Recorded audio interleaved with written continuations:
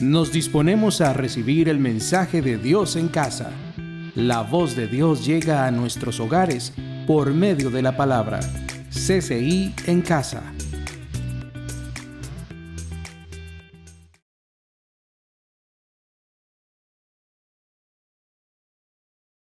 Padre, yo te doy gracias esta noche por su bendita y preciosa palabra. Hoy rogamos, Señor, para que esta palabra, Señor, cale en corazones, Señor, y germine vida. Hoy te pido que me limpies, Señor, y me ayudes, Señor, a compartir este mensaje que usted ya me dio. Prepara los corazones de mis hermanos para que reciban de usted, Señor, lo que usted quiere sembrar en cada uno de ellos. En el nombre de Jesús. Amén. Y el pueblo dice: amén. El tema de esta noche es sirviendo a Dios en medio de la dificultad. Podríamos decir sirviendo a Dios en medio de la guerra. Hace unos cuantos días, los días martes, estamos estudiando el libro de Nehemías, pero me pareció tan importante compartir esto porque tiene que ver con el lanzamiento que estamos dando de nuevo de los grupos de vida, tiene que ver con lo que hemos estado conversando de la necesidad que tenemos de responder a lo que Dios ha hecho por cada uno de nosotros. Y el día martes les estoy hablando de sirviendo a Dios, a un Dios guerrero, a un Dios que está listo a pelear con nosotros. Pero hoy le estamos dando el mismo tema, pero con un cambiecito. Sirviendo a Dios en medio de la guerra, en medio de la dificultad. Y abra su Biblia, por favor, en Nehemías capítulo 3. Vamos a hacer un recuento rápido y después nos vamos a ir metiendo en el pasaje que tenemos específico para hoy. El día martes estuvimos leyendo todo el capítulo 3 de Nehemías, que es una gran, por decirlo así, lista de hombres, mujeres, gobernadores, servidores públicos, profesionales, evangélicos, digámosle así, religiosos, políticos, trabajadores del metal, trabajadores de la madera, gente que trabajaba con perfumes, de todos lados de la sociedad, sirviendo a Dios, poniéndose las pilas para servir al Señor.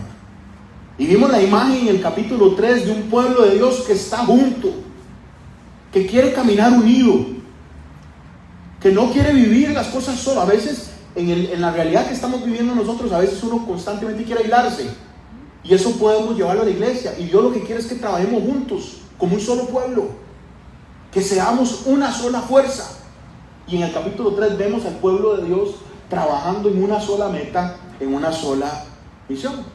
Pero también vemos gente que no quiere servir, y quedó registrado un grupo de gente poderosa, gente influyente, que no quiso servir al Señor. Así quedaron registrados en el verso 5 del capítulo 3. Pero sus grandes no se prestaron para ayudar a la obra del Señor. Yo no quiero ser ese, y yo sé que usted tampoco. ¿Se imagina usted quedar registrado como el que no quiso servir a Dios? Entonces Dios hace una obra por cada uno de nosotros, espera que nosotros reaccionemos, respondamos. Y el pueblo de Dios se levanta y empieza a hacer la tarea de Dios. Pero el problema es que le toca servir en medio de la dificultad. Nosotros a veces esperamos servir a Dios cuando todo está saliendo bien.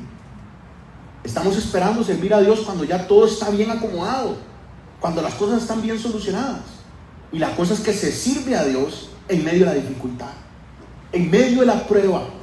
Se sirve a Dios en medio de los problemas, en medio de la escasez, en medio de la enfermedad, en medio de la debilidad. Ahí es donde nos toca levantarnos y servir. Y en el capítulo 4 vemos cómo los enemigos de Israel, que no es la primera vez que aparecen en este libro, sino que están constantemente, de hecho aparecen apenas Nehemías llega a Jerusalén, ya los enemigos están en contra. Y el primer ataque que usa el enemigo es el de la burla. Es el de constantemente levantar escarnio con palabra. Y empiezan a burlarse de lo que están haciendo. Y es que, hermanos, tenemos que entender de que todo proyecto al inicio se ve feo. Todo proyecto al inicio se ve feo. Usted va a construir algo en su casa y cuando va a hacer, lo primero que va a hacer se ve un desorden. Va a arreglar unos tubos, va a arreglar algo y lo primero que va a hacer es, tiene que hacer unos huecos y se ve un tierrero por todo lado. Todo proyecto que inicia al principio es un desorden siempre.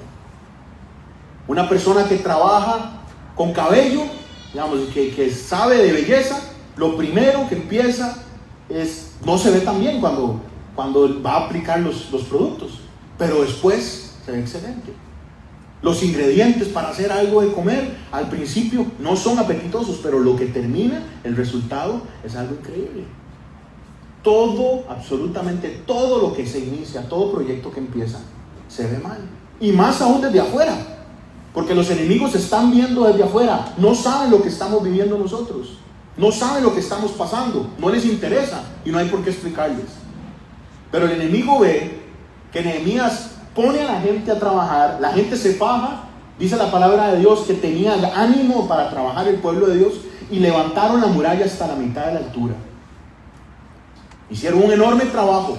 Esa muralla ha estado en el piso por casi 150 años, 140 y pico. Ha estado en el piso completo, quemada, solo hay escombros, solo hay madera podrida, solo hay piedras por todo lado. Y en cuestión de días logran levantar un poco y el enemigo llega a atacar. Yo quiero dejar en sus corazones Zacarías capítulo 4 versículo 10. No menosprecien los modestos comienzos, pues el Señor se alegrará cuando vea que el trabajo se inicia. Hay que empezar un emprendimiento, hay que empezar un proyecto para que la gente empiece a hablar paja, para que entendamos nosotros, para que la gente empiece a criticar. Hay que empezar algo para que lleguen a burlarse. Y es muy doloroso porque hasta pueden ser familiares o gente que usted ama. Porque el tico le encanta chotear, el tico le encanta vacilar. La forma en la que entendemos esa palabra mejor es, al tico le encanta basurear. Y le encanta tirar comentarios feos, como llenos de negatividad, aunque los tiñe de amistad. Zacarías capítulo 4 verso 10, que por cierto escribe en este mismo tiempo que estamos nosotros leyendo: no menosprecien estos modestos comienzos, pues el Señor se alegrará cuando vea que el trabajo se inicia. Vea como le dice la Dios habla hoy: aquellos que no tomaron en serio los pequeños comienzos, ahora se alegrarán viendo terminar las obras. La traducción lenguaje actual dice: su trabajo es ahora muy pequeño, pero cuando lo haya terminado, hasta los que no creían en él se llenarán de alegría. Entonces nosotros tenemos que cuidarnos cuando leemos Nehemías a no interpretar todo de manera directa, pero sin duda alguna hay un montón de enseñanzas que nos sirven a nosotros de manera práctica, de manera sencilla, como consejo directo. Y sabemos que cuando empezamos a hacer la tarea de Dios, el enemigo se va a poner en contra porque no quiere que la obra de Dios se haga. Dios no quiere que nosotros caminemos en santidad. Perdón, el enemigo no quiere que caminemos en santidad. El enemigo no quiere que nosotros dejemos cosas que nos alejan de Dios. El enemigo no quiere que nosotros empecemos a servir a Dios, no quiere nada de eso. Entonces lo primero que empieza a hacer es burlarse. Pasaba mucho cuando hacíamos campamentos, y hacíamos campamentos con muchísimos jóvenes. Y yo me acuerdo varias veces, cuando estábamos en el retorno del campamento, algún chiquillo llegaban a recibirlo los papás. Veníamos de 3-4 días de estar en las montañas disfrutando la presencia de Dios, y llegaba el chiquillo y hacía algo tonto, y yo escuchaba a la mamá decirle: para eso fue el campamento, no tiene ni una hora de haber llegado y ya está despedazando lo que Dios estaba empezando a...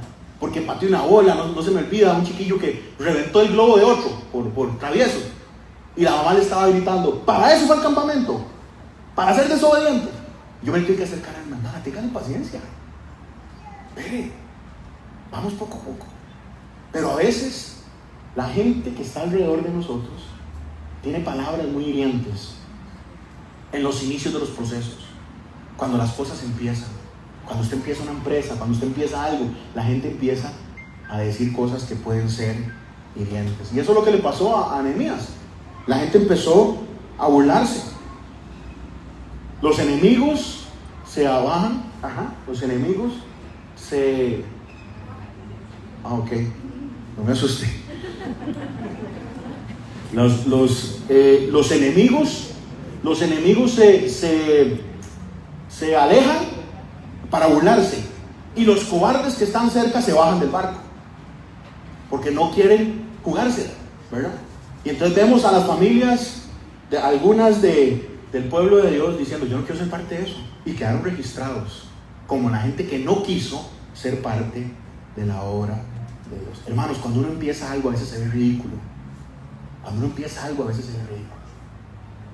Pero nosotros lo que hacemos, confiamos que el inicio funciona porque Dios está con nosotros y Dios nos lleva a puerto seguro. Amén, iglesia. Dios nos lleva de manera poderosa al puerto correcto. Hermanos, la obra de Dios la gente no la entiende. Pablo dice que la obra de Dios es locura. Primera de Corintios capítulo 1 verso 18 dice: el mensaje de la cruz es una locura para los que se pierden. Usted empieza a cambiar la forma en la que habla. Usted empieza a cambiar de amigos. Usted empieza a cambiar de lo que frecuenta. Y es locura para los que se pierden. En cambio, para los que se salvan, es decir, nosotros, los que estamos en esta casa, este mensaje es el poder de Dios. Pues está escrito: destruiré la sabiduría de los sabios, frustraré la inteligencia de los inteligentes. Pues Pablo nos dice que el evangelio es locura para algunos, pero es poder para cada uno de nosotros. Entonces vemos en el libro de Nehemías que Nehemías escucha lo que está sucediendo en Jerusalén, se levanta, va a Jerusalén y empieza a trabajar en la obra, empieza la obra a crecer, el enemigo se levanta, el enemigo se pone en contra. Y iglesia, el enemigo está en contra de nosotros, está en contra de usted, está en contra de mí. El primer ataque, como vimos, es burlarse. Pero después en el capítulo 4, versículo 4 en adelante, ya el asunto cambia. Ya no es burla, sino una intención de guerra. Ya vemos de que el enemigo no solo quiere hablar, el enemigo quiere hacer algo más. Y entonces Nehemías se prepara y nos dice el verso 9 del capítulo 4: entonces oramos a nuestro Dios y por causa de ellos pusimos guarda contra ellos de día y de noche. Es muy importante orar, pero también es muy importante saber cuándo hay que dejar de orar. Es muy importante unir a la oración la acción. Y si hay algo que usted tiene contrario a la obra de Dios, ¿para qué va a seguir orando? Tiene que actuar ya. Si hay algo en usted que usted sabe que a Dios lo deshonra, si hay algo en mí que yo sé por la palabra que Dios le desagrada, que tengo que orar. Nada, tengo que orar. Yo no tengo que seguir pidiéndole al Señor, como hoy oímos por siglos y por montones de años: Señor, cámbiame. Es que no hay nada que orar más. Usted necesita encontrar pasos para entregarle eso al Señor. Y entonces Nehemías deja la oración y dice: aquí no solo hay que pedirle al Padre, sino que hay que actuar. ¿Y qué hizo? Fortificó, preparó a las familias para estar listos para la guerra. Y yo creo que nuestras familias tienen que estar listas para la guerra. Nuestra guerra ya no es como la hacía Nehemías, y me tomé un gran rato el día martes para explicar por qué a través de la historia, en los diferentes tiempos de la Biblia, Dios permitió que se hubiese guerra. Y vemos un montón de pasajes en el Antiguo Testamento donde hay guerra cuerpo a cuerpo y hay que matar al enemigo, porque si no matamos al enemigo, el enemigo nos mata a nosotros. Y ese es el tiempo en el cual la obra de Dios se hacía por el pueblo de Israel. Ya ese tiempo no lo vivimos nosotros. Nosotros vivimos en la gracia. Y es a través de la sangre del Cordero y la cruz que nosotros hoy llegamos a Dios. No llegamos a partir de un templo que está en Israel, custodiado por un pueblo que se llama el pueblo de Israel. Ya no se vive ese tiempo. Nosotros no ocupamos ir a ningún templo. Nosotros no ocupamos llevar ninguna ovejita al templo. Nosotros lo que hacemos es buscar la presencia de Dios, porque el Señor está habitándonos ahora. Por eso no se puede utilizar los pasajes donde David dice: mata a mis enemigos, para que Dios le arregle un problema con un vecino a usted, ¿verdad? Pero yo he escuchado pastores decir eso: Señor, destruye a mis enemigos. Hermanos, pero si Jesús nos dice que tenemos que amar a nuestros enemigos, ¿cómo vamos a orar nosotros hoy que los hijos de nuestros enemigos sean pegados contra un despeñadero?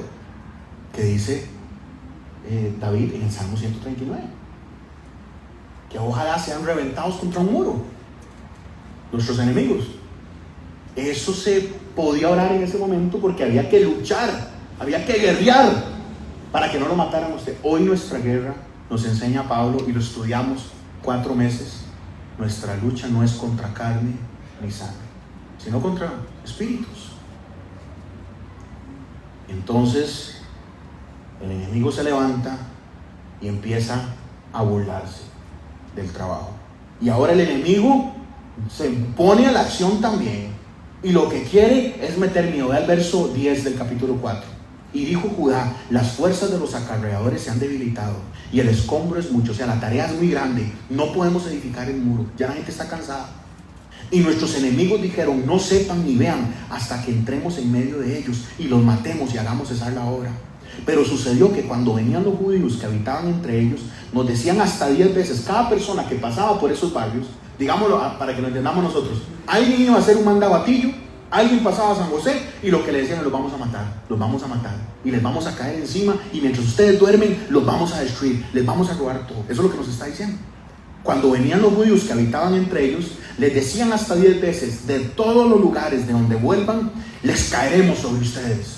Entonces las puertas bajas del lugar, detrás del muro, en los sitios abiertos, puse al pueblo por familias, con espadas, con lanzas y con arcos. Primero el enemigo empieza con burlas y ahora empieza con voces de guerra. Quiere meterse a robar lo que es nuestro. Y empieza a decir: les voy a llegar, es como que si fuera miedo, terrorismo, con palabras, pero también con las ganas de actuar. Y es que el enemigo siempre va a tratar de robarnos la paz, siempre va a tratar de robarnos nuestra confianza. Ya vemos a Nehemías en el versículo 9 que pone guardia. Ahora ven el 14. Después miré, me levanté y dije a los nobles y a los oficiales y al resto del pueblo: no teman delante de ellos, acuérdense del Señor grande y temible, y peleen por nuestros hermanos, por sus hijos, por sus hijas, por sus mujeres y por sus casas. Pone guardia, está preparado, el enemigo va a atacar en cualquier momento. Pedro nos dice que el enemigo anda como un león rugiente buscando a quien devorar. Esto es una realidad para nosotros. El enemigo está constantemente viendo a ver cómo caemos en tentación. El enemigo está constantemente viendo a ver cómo nos aleja del proceso de Dios. Y Nehemías dice: no teman, acuérdense del Señor grande y temible, y peleen ustedes. Vean, hermanos, había una canción viejita de Marcos Witt que decía: Dios está llamando a la guerra. Dios está llamando a la guerra. Tenemos que ser la gente que defiende nuestras familias de manera espiritual, que protege de manera espiritual. Peleen, dice Nehemías, luchen. Y entonces la escritura nos enseña que nos encontramos en medio de un campo de batalla. No estamos en 80, 90, 100 años para ver cómo está feliz. No estamos viviendo 10 décadas, 11 décadas, 12 décadas para ver cómo usted levanta un imperio de dinero. No estamos viendo ver cómo vivimos cada uno de los años para vivir en afluencia y encontrar un montón de cosas y ser plenos. Nosotros tenemos que entender que Dios nos puso en un campo de batalla, y aunque todavía no lo entendamos de manera concreta y grande, tendrá repercusiones eternas lo que estamos viviendo aquí. Pero Dios no nos puso en este lado de la eternidad para ver cómo hacemos cosas, cómo levantamos seguridad económica, y tenerla es muy importante, claro, y vivir cómodo es algo que oramos para que todo lo tengamos. Pero la intención de Dios es clara con el cristiano. Dios no nos puso en un lugar para ver cómo logramos cosas, sino para ver cómo avanzamos la obra que Él tiene por delante, el proyecto del que se llama el reino de Dios. Entonces Nehemías, esta porción nos enseña que somos parte de un pueblo, que todo el pueblo está listo a hacer la tarea. También nos enseña que hay gente que no quiere hacer la tarea, y eso lo tenemos que entender. También nos enseña que somos parte de un pueblo que está inmerso en medio de la batalla, en medio de la guerra. Pero vea lo precioso del verso 20. Cuando ustedes oigan la trompeta, reúnanse aquí con nosotros, nuestro Dios peleará por nosotros. ¿Cuántos pueden decir amén? Amén. Nehemías dice: cuando venga el problema difícil, este proyecto es tan grande, es una ciudad. Si nosotros lo vemos en pequeño, no es una ciudad tan grande como como la que uno está acostumbrado. No era muchísima la distancia, pero sí el pueblo estaba disperso. Entonces Nehemías dice, yo voy a tener a la par a alguien con trompeta. Cuando suene la trompeta, ustedes se vienen para acá. Y nos toca apañarnos a todos, ¿verdad? Pero lo importante es que Dios peleará por nosotros. Dando una estrategia. La estrategia es juntarse para que Dios pelee por nosotros. ¿Sabe que yo veo una imagen de la iglesia ahí? Que nosotros nos juntamos para buscar la presencia de Dios. Nos juntamos a adorarlo, a exaltarlo. Y oramos para que Él sea el que pelee por nosotros. Amén, iglesia. Para no ser nosotros los que estamos volando los golpes, ¿verdad? Entonces, hasta este momento, hasta el verso 4, que fue donde quedé el día martes, hasta el verso 4, el tema central es cómo Dios levanta el muro a través de hombres y mujeres que están dispuestos a poner las manos a la obra. Pero a partir del capítulo 5 cambia un poquitito.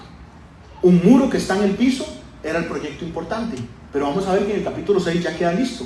Pero hay muchas cosas por hacer, porque el proyecto que tiene Nehemías es mayor al proyecto constructivo. Entonces el muro está en el piso, ese proyecto de construcción hay que hacerlo, pero también el pueblo está en el piso. El pueblo está también roto. Y ahí es donde empezamos el capítulo 5 esta noche. Entonces hubo gran clamor del pueblo y de sus mujeres. Eso es muy interesante. Nehemías es un hombre que sabe escuchar. Y levantan las mujeres clamor diciendo, no podemos vivir así.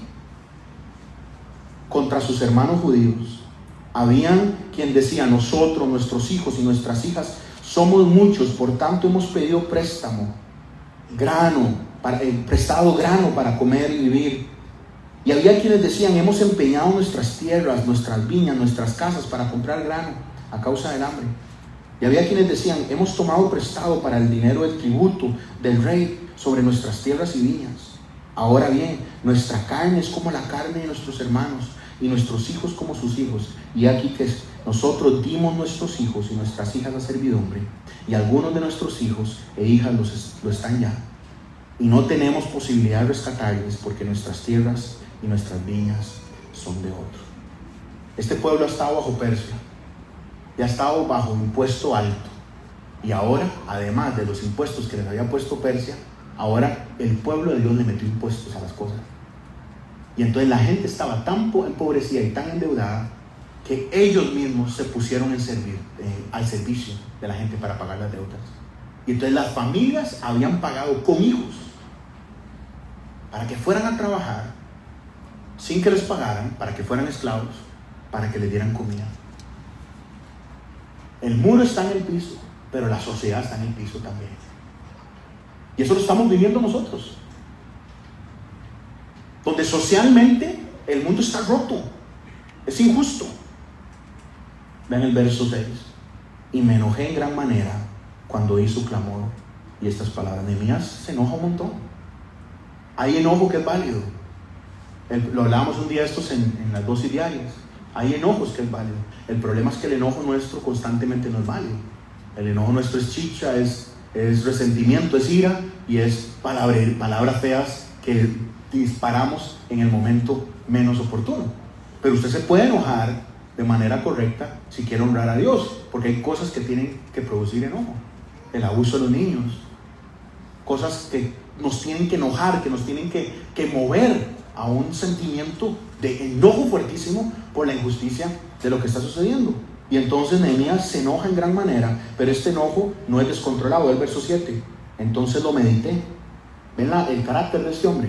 Se enoja, medita en el enojo y reprendí a los nobles y a los oficiales y les dije, exigen interés cada uno de los hermanos, y convoqué contra ellos una gran asamblea.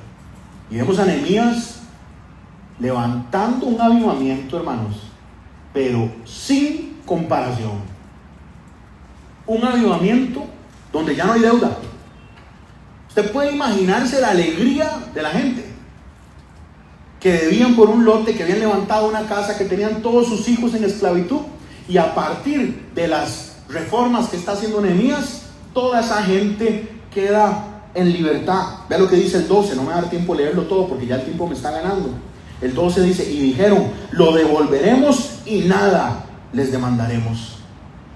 Dios usa a Nehemías para que los poderosos devuelvan las propiedades, anulen los créditos, anulen la usura, el cobro injusto, injustificado, y el pueblo de Dios vuelve a sus casas y vuelve a sus propiedades. Pero vean qué interesante el reclamo que le dice Nehemías en el verso 9.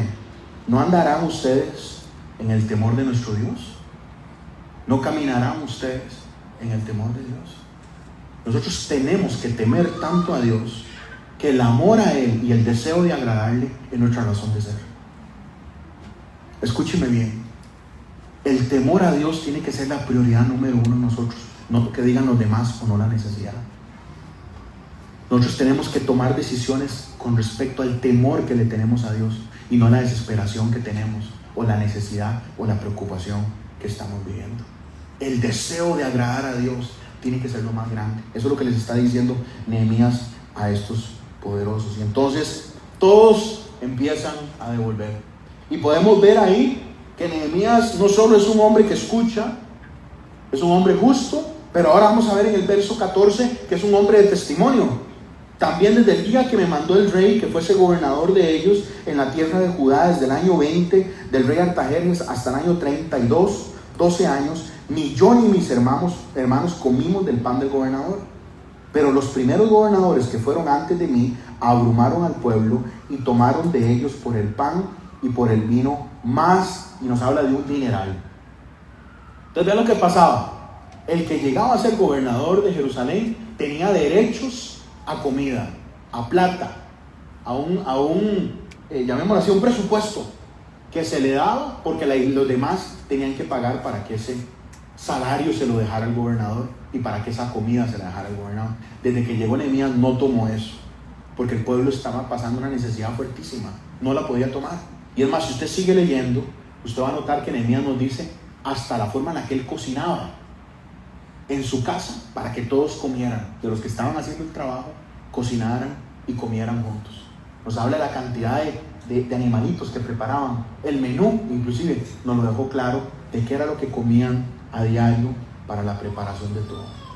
Y entonces vemos a un Nehemías que escucha que hay una tarea de Dios, sale después de orar, pedir permiso al Señor, llega al lugar y empieza a edificar.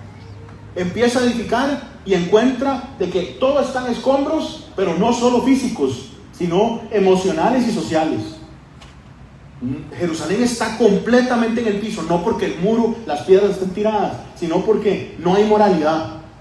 Nadie entiende realmente qué es lo bueno y qué es lo malo. Y vamos a notar de que esta es la tercera ola de grandes refugiados que regresan a Jerusalén después de que el rey persa permite que el pueblo regrese a Jerusalén.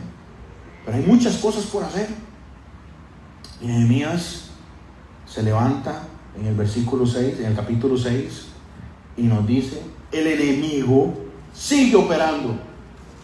El enemigo sigue contrario a cada uno de nosotros. Entonces Dios llama, Él va, cumple la tarea, el enemigo ataca.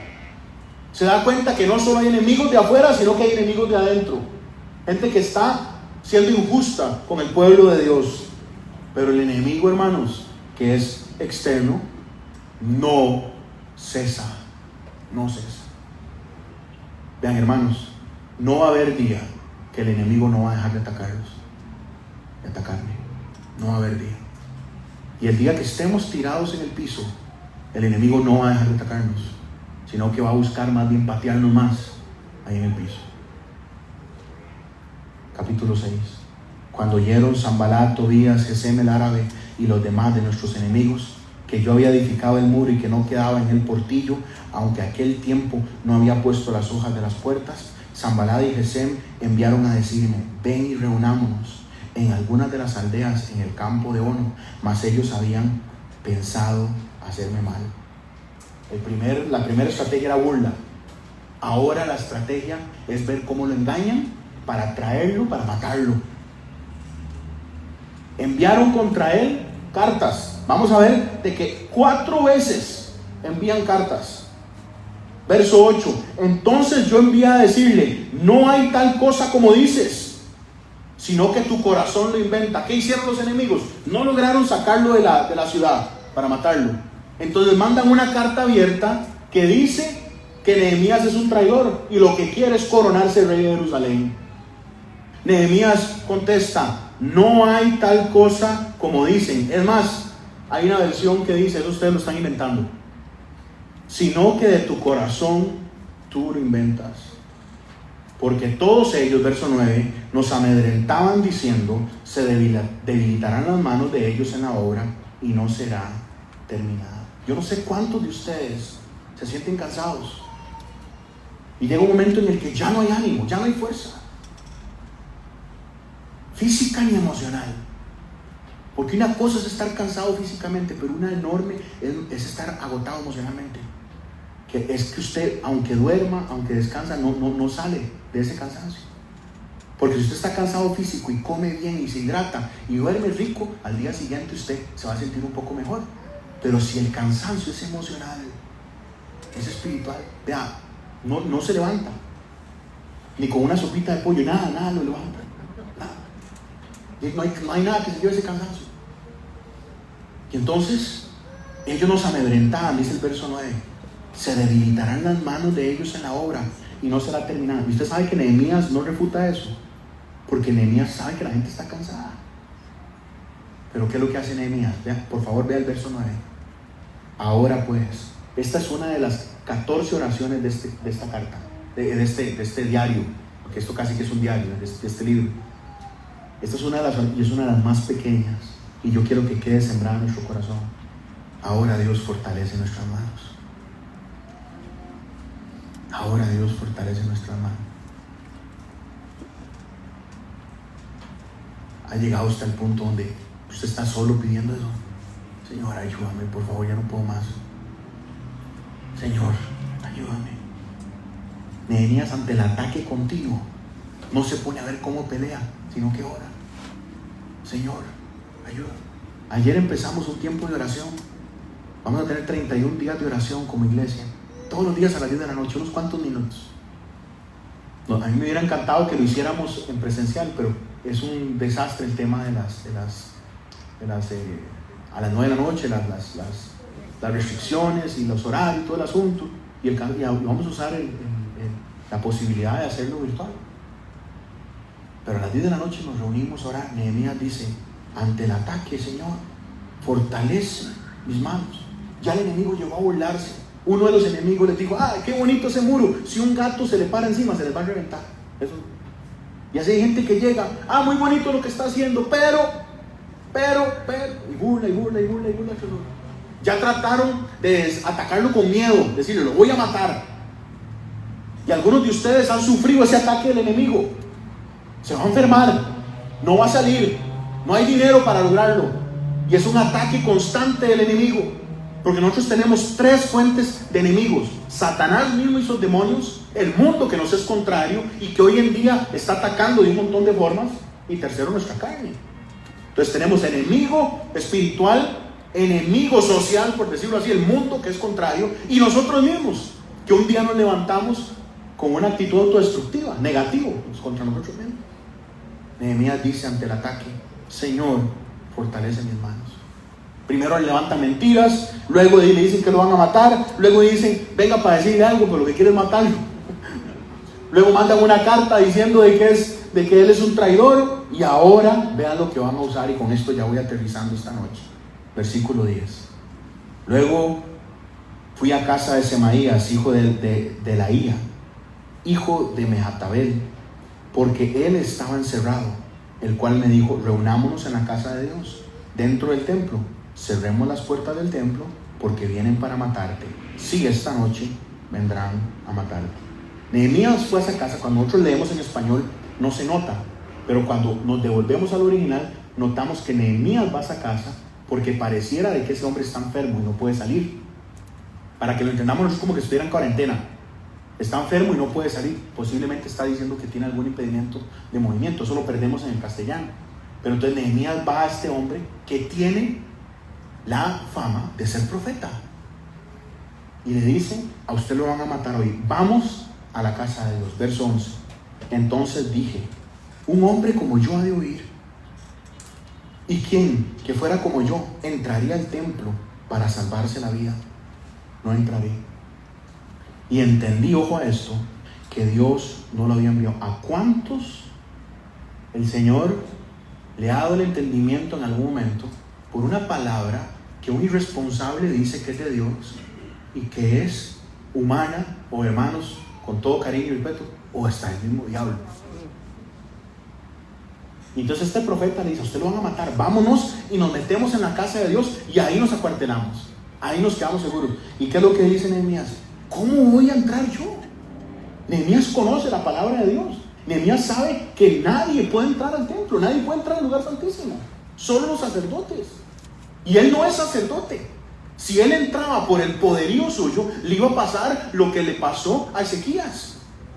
Le iba a pasar a reyes que quisieron oficiar como sacerdotes, y Dios ejerció juicio sobre ellos. El filtro más importante para entender cualquier palabra profética o cualquier intención que alguien le diga: qué bonito, eso es la palabra. Si lo que le dicen a usted es contrario a la palabra, eso no es de Dios. En el mejor de los casos es una buena intención de un alguien que usted lo quiere, o una mala intención de un enemigo, o una palabra del mismo diablo. Y aquí lo que pasó es que, vean el 13: porque fue sobornado para hacerme temer y que yo pecase, y le sirviera de mal nombre con que fuera yo infamado. Ahora, ¿sabe qué usa el diablo? Me voy a disfrazar, y me voy a disfrazar de espiritualidad, y voy a llegar a decirle que Dios me dijo que de manera profética usted tiene que irse porque lo van a matar. Nehemías, que conoce la palabra de Dios, sabe que él no puede estar ahí. No puede estar ahí. Y este tipo había sido sobornado por el diablo, por el enemigo. Recuerden que la palabra diablo no es un nombre de Satanás, es un título. La palabra diablo quiere decir adversario, mi enemigo. Y entonces los enemigos compran a un profeta para decir lo que quisieran. Vea cómo ora Nehemías en el 14: acuérdate, Dios mío, de Tobías y Sanbalat, conforme a las cosas que hicieron. También acuérdate de Noadías profetiza y de los profetas que procuraban infundirme miedo. Los está condenando. Fue terminado pues el muro el 25 del mes de Lul, en 52 días. ¿Puede creer usted que algo que estuvo destruido 140 años fue levantado en 52 días, en mes y medio? En mes y medio. ¿Cuántas cosas que el enemigo ha desbaratado en nuestras vidas, en nuestra espiritualidad inclusive, han estado en el piso por años? Y lo que está requiriendo ahorita es una acción de valentía para edificar algo que usted nunca ha vivido en un montón de años, y que Dios lo pueda hacer de manera rápida, de manera poderosa. Vea qué bonito, porque Nehemías nunca se deja la gloria. Verso 16: y cuando lo oyeron nuestros enemigos, temieron todas las naciones que estaban alrededor de nosotros, y se sintieron humillados por lo chiva que trabajamos, por lo poderosos que somos, por lo eficientes que somos. No, porque conocieron que nuestro Dios había sido el que había hecho esta obra. Vean, hermanos, aunque el enemigo está trabajando, Dios está trabajando. ¿Puede decir un amén a eso? Vean, ahora que nosotros vivimos este tiempo de COVID, y que es un reto para nosotros, ¿verdad? El mantenernos conectados, ¿verdad? Inclusive el tema de cercanía, el tema de estar juntos, casi que nos lo están prohibiendo, ¿verdad? Nos sentimos preocupados cuando tratamos de ver cómo unificamos más la iglesia, cómo hacemos más cosas, pero empezamos a notar de que Dios es el que trabaja, Dios es el que opera. Claro, son las manos de hombres y mujeres que están dispuestas a cumplir la tarea específica que Dios les ha dado, pero el que está detrás moviendo el reino de Dios es Dios mismo. Y no hay poder, no hay demonio, como cantamos ahora, que pueda resistir al propósito de Dios. No hay. Y los pueblos temieron y conocieron que por nuestro Dios había sido hecha la obra. El muro se termina y los enemigos siguen molestando. Y si usted sigue leyendo un poquitito, por tiempo no lo voy a leer, va a notar que los enemigos han hecho alianzas por corrupción y han hecho alianzas con matrimonios. Han casado hijas con poderosos para ver cómo controlan aldeas y cómo controlan ciudades. Pero la cosa aquí, en la tarea de lo que está haciendo Nehemías, es una claridad, es una sencillez de enfoque, de que yo tengo que hacer mi parte porque sé que Dios está haciendo la de Él. Que yo tengo que cumplir lo que Él espera que yo haga, porque yo sé que Dios no va a detenerse en hacer lo suyo. Y yo tengo que estar listo para pelear, pero no soy yo el que tengo que atacar, porque sé que al final Dios es el que pelea por mí. Y la tarea se hace cansada, se hace difícil. Y entonces Nehemías levanta clamor, gritando: Señor, fortalece mis manos. Y a mí me parece fundamental esto, fundamental. Ahora que nosotros estamos tratando de edificar grupos de vida en cada una de nuestras casas, vean, hermanos, por favor, comprométase. Esto puede significar, vean, se lo voy a decir así, de manera directa, puede significar la decisión más importante que usted haya tomado como familia de Dios. Puede ser la decisión más importante para nuestros hijos, los que tenemos hijos pequeños. Porque si usted no lo ha hecho, va a notar el disfrute de cada uno de nuestros hijos, de abrirse a la palabra de Dios y de recibir el consejo de Dios en la comodidad de la casa. Pero es tiempo, iglesia, de levantarnos y edificar. Nehemías se paró un momento frente a la comunidad y dijo: no teman, es momento de que nos levantemos. ¿Sabe qué dijo el pueblo? Como nosotros somos sus siervos, como nosotros somos sus esclavos, nos levantaremos y edificaremos. ¿Qué vamos a hacer nosotros? Nos vamos a quedar por años yendo al culto, que me canten bonito los hermanos y las hermanas, que me prediquen algo, que me enseñen algo. Usted se va a quedar con eso toda su vida. Si algo tenemos que aprender con esta pandemia del COVID, es que nosotros tenemos que estar preparados y listos para que en nuestra familia esté edificada el propósito de Dios. Y que nosotros seamos gente que plante ese propósito de Dios en nuestros hijos. Dios pelea por nosotros, pero tenemos que clamar, hermanos, para que Él fortalezca nuestras manos. Yo le voy a pedir a todos que cierren sus ojos, que inclinen su rostro. Voy a pedirle al equipo de alabanza que pase.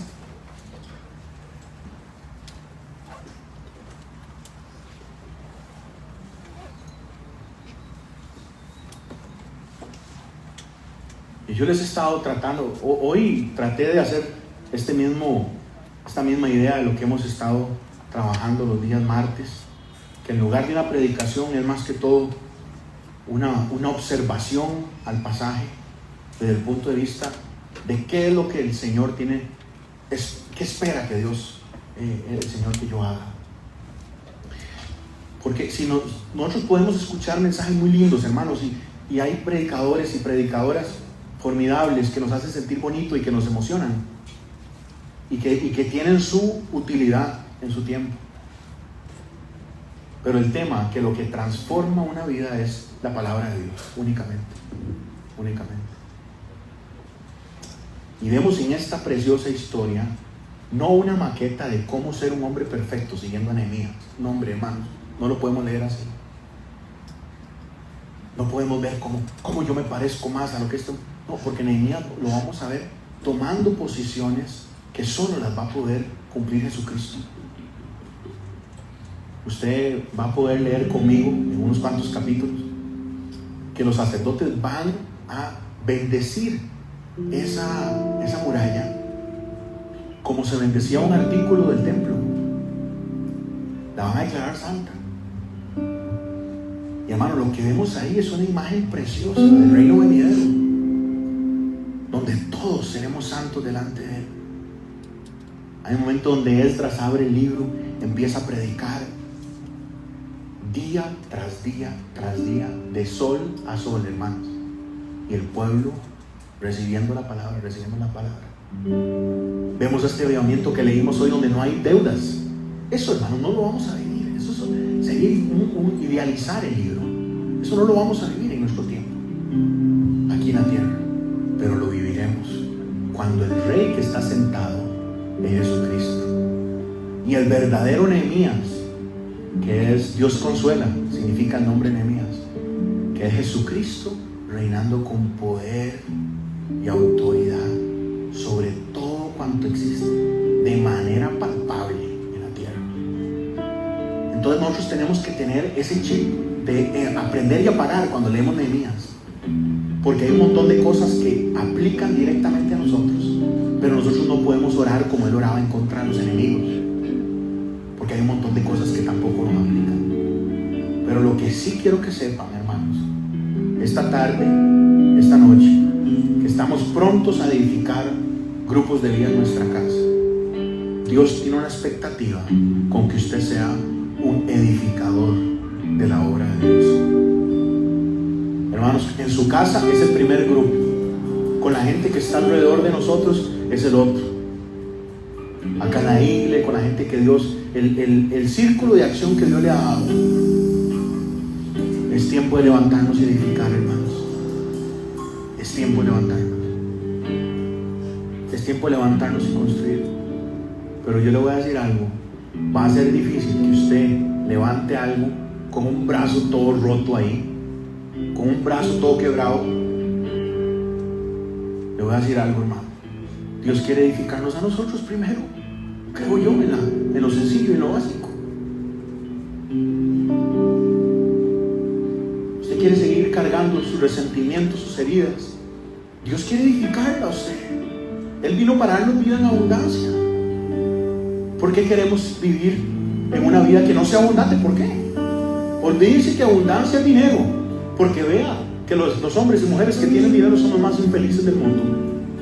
Los que tienen un montón de plata, usted podría decir, sí, a mí no me pasaría eso. No, hermano, tendría otro problema, porque el ser humano, todos estamos rotos.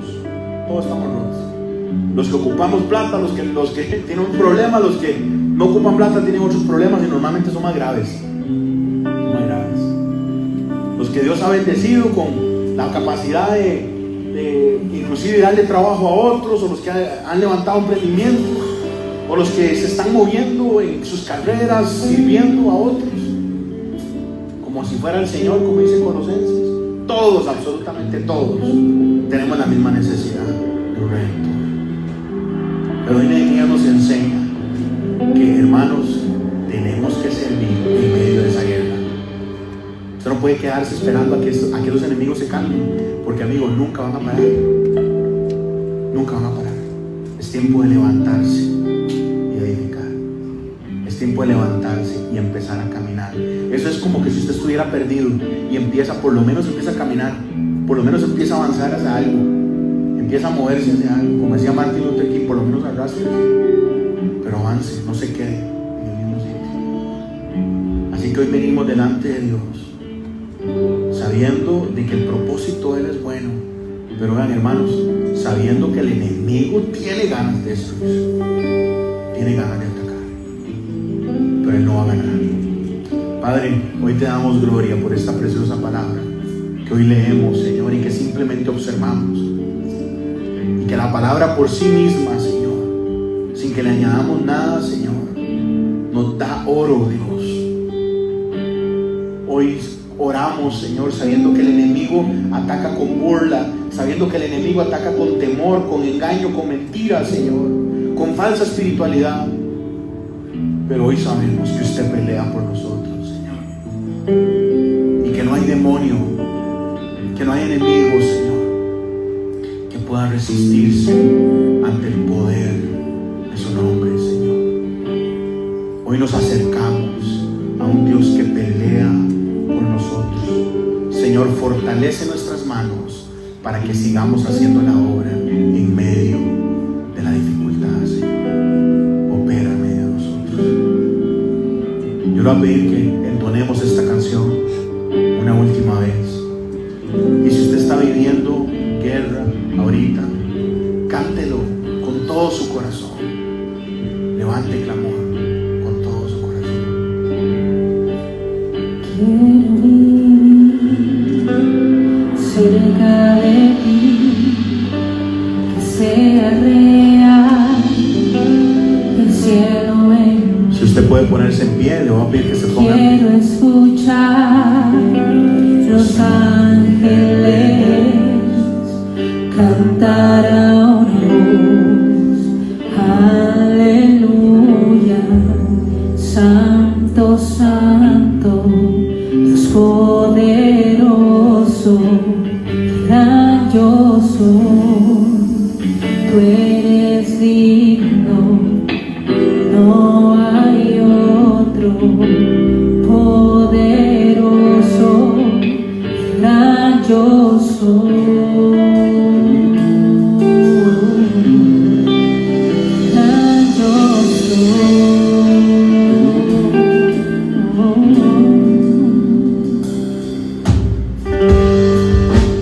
Quiero estar cerca de tu corazón, amar tu palabra, escuchar tu voz, ver huesos secos con vida otra vez, cantar a una voz. Aleluya, Santo, Santo, Dios poderoso, gran yo soy. Tú eres digno, no hay otro, poderoso, gran yo soy. Gran yo soy. Gran yo soy. Gran yo soy.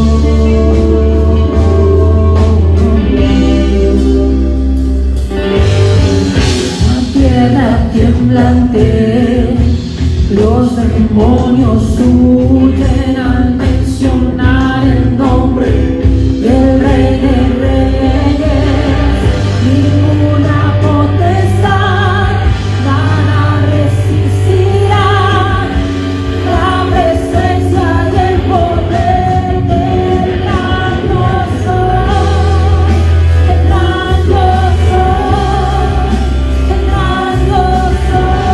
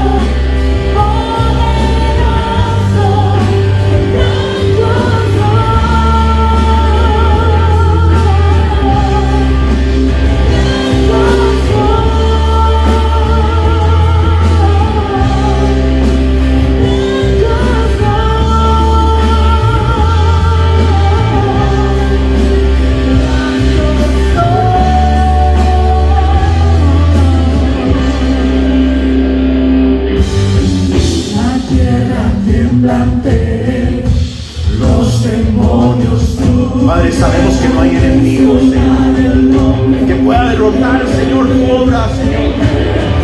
Ninguna potestad, nada resistirá la presencia y el poder del gran yo soy. Levantamos tu nombre en alto, Señor.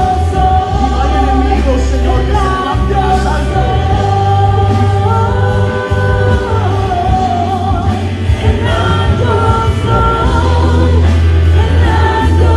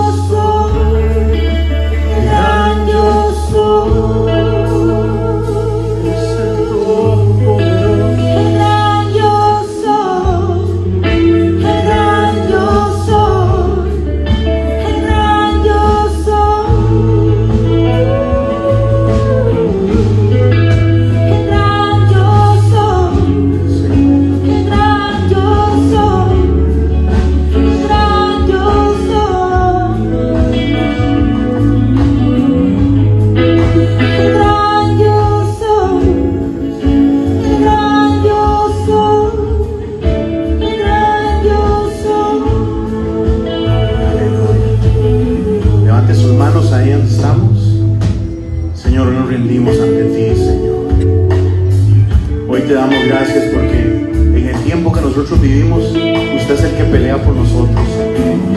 Gracias porque no es con fuerza, Señor, no es con ejército, no es con carros de guerra, Señor, no es con armas de batalla, Señor, sino que usted libra la guerra por cada uno de nosotros.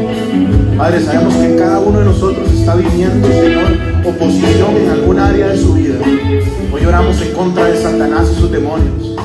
Hoy oramos en contra de todo lo que las huestes de maldad, Señor, estén intentando hacer.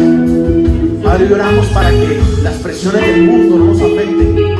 Padre, hoy oramos para que nuestra carne, Señor, sea tomada, Señor, por hombres y mujeres espirituales cada vez más. Que nosotros crezcamos, Señor, en fe, pero que caigamos en orgullo, que caigamos en fuerzas delante de ti, pero que nuestra fe sea lo único que crezca, Dios. Que sea usted, Señor, el que pelee por cada uno de nosotros. Hoy te damos gracias, Señor, y oramos para que ahora que levantamos nuestras manos, usted fortalezca nuestras manos, para que no dejemos de hacer la tarea, para que no dejemos de agradarlo, para que no dejemos de vivir para usted, Señor, para que no dejemos, Señor, de servirlo, aunque estemos en guerra, aunque estemos heridos, cansados, Señor, preocupados, Señor. Hoy te damos gloria, porque es usted que pelea la victoria, pelea la batalla y nos deja la victoria, Señor. Gracias, Señor, porque no es que usted peleará por nosotros, es que usted ya peleó por nosotros en Calvario, Señor. Y por eso hoy proclamamos, Señor, que eres el gran yo soy, Señor, que eres el único y soberano Dios, Señor, por encima de todo lo que vivimos, Señor, y por encima de nuestros enemigos, Señor. Gracias porque usted pelea por cada uno de nosotros. Oramos esto sabiendo de que usted nos escucha, y sabiendo de que usted nos ama, y sabiendo de que usted no nos va a dejar abandonados en la guerra, que usted no nos deja solos en ningún momento, Señor. Te damos gracias, Señor, porque estás aquí. Peleas por nosotros, peleas por nosotros, peleas aquí, Señor. Y no hay enemigo, Señor,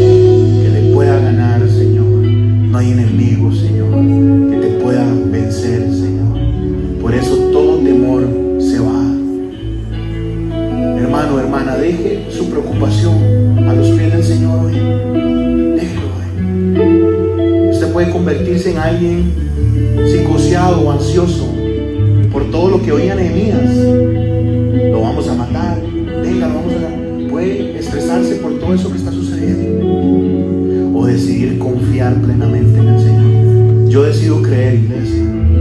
Diga conmigo, yo decido creer. Yo decido creer. Señor, creemos que usted pelea por nosotros y que usted gana, Señor, seguro, donde nosotros perderíamos fácilmente, Señor.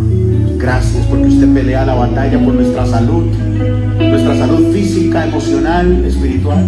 Gracias porque usted pelea por nuestra economía. Gracias porque usted pelea por nuestros hogares. Hoy oramos para que nuestras manos cumplan su tarea. Fortalece nuestras manos. En el nombre de Cristo Jesús oramos. Amén. Y el pueblo de Dios dice: Amén. Amén. Creyendo que así es hecho. Levante sus manos una última vez ahí. Padre, bendigo a este pueblo con toda bendición de lo alto. Lo enviamos en paz, Señor, sabiendo de que usted nos cuida y nos protege. Hoy oramos para que usted guarde cada una de las necesidades que tenemos, Señor, y las responda según su voluntad. Y hoy también clamamos, Señor, para que tu presencia, Señor, nos llene de gracia y que seamos, Señor, embajadores, Señor, de su amor, de su voluntad, Señor, de santidad, Señor. Y hoy oramos, Señor, para que tu Espíritu, Señor, nos proteja de todo mal. Enviamos a este pueblo sabiendo de que usted murió por él en la cruz del Calvario. Amén y amén. Que Dios los bendiga montones, iglesia. Nos vemos el martes a las 6 de la tarde. Chao.